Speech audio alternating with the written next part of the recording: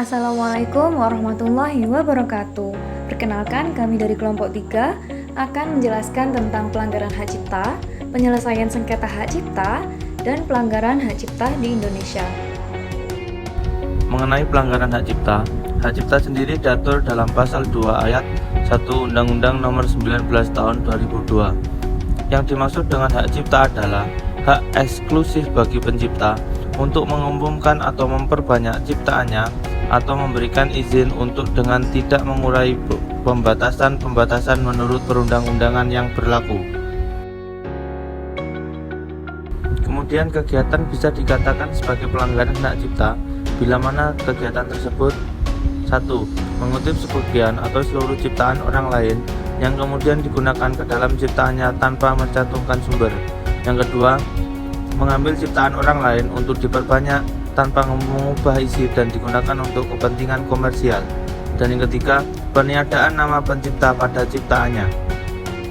Kegiatan penggunaan atau pengadaan suatu ciptaan karya orang lain, baik seluruh maupun sebagian, tidak dianggap sebagai pelanggaran hak cipta dan jika dalam karya tersebut dicantumkan sumbernya dan dicantumkan secara jelas untuk keperluan 1. Pendidikan atau penelitian dengan tinjauan suatu masalah dengan tidak merugikan kepentingan dari pemegang hak cipta. Yang kedua, keamanan penyelenggaraan pemerintah, legislatif, dan peradilan. Dan yang ketiga, untuk tujuan kepentingan pendidikan atau ilmu pengetahuan. Dan yang keempat, pertunjukan atau pentas yang tidak dipungut biaya sehingga tidak merugikan dari pencipta. Dalam pasal 43 Undang-Undang Hak Cipta menyebutkan pula perbuatan-perbuatan yang tidak dianggap sebagai pelanggaran hak cipta, meliputi 1. Pengumuman, pendistribusian, komunikasi atau pengadaan lambang negara dan lagu kebangsaan. Yang kedua, segala sesuatu yang dilaksanakan atas nama pemerintah kecuali yang dilindungi undang-undang. 3. Pengambilan berita aktual seluruh atau sebagian dari kantor berita, lembaga penyiaran, surat kabar atau sejenisnya. Yang keempat, penyebar luasan konten hak cipta melalui media teknologi komunikasi yang bersifat komersial dan tidak menyatakan keberatan atas tindakan tersebut. Dan yang kelima, pengadaan atau pendistribusian foto presiden, wakil presiden, pahlawan nasional, kementerian atau pemimpin daerah dengan memperhatikan martabat dan kewajaran sesuai dengan ketentuan undang-undang. Penyelesaian sengketa hak cipta melalui pengadilan. Mengenai tata cara gugatan telah diatur pada pasal 100 Undang-Undang Hak Cipta. Gugatan atas perlindungan hak cipta diajukan ke pengadilan, lalu dicatat panitera pengadilan pada tanggal gugatan tersebut didaftarkan.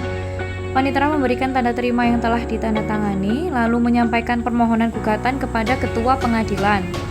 Lalu pengadilan menetapkan hari sidang dan melakukan pemanggilan dan pemberitahuan kepada para pihak yang bersangkutan. Penyelesaian sengketa dengan arbitrase sudah diatur di dalam Undang-Undang Nomor 30 Tahun 1999. Setelah pihak menyetujui sengketa, mereka akan diselesaikan melalui arbitrase dan para pihak telah memberikan wewenang. Maka, arbiter menentukan putusannya menangani hak dan kewajiban para pihak.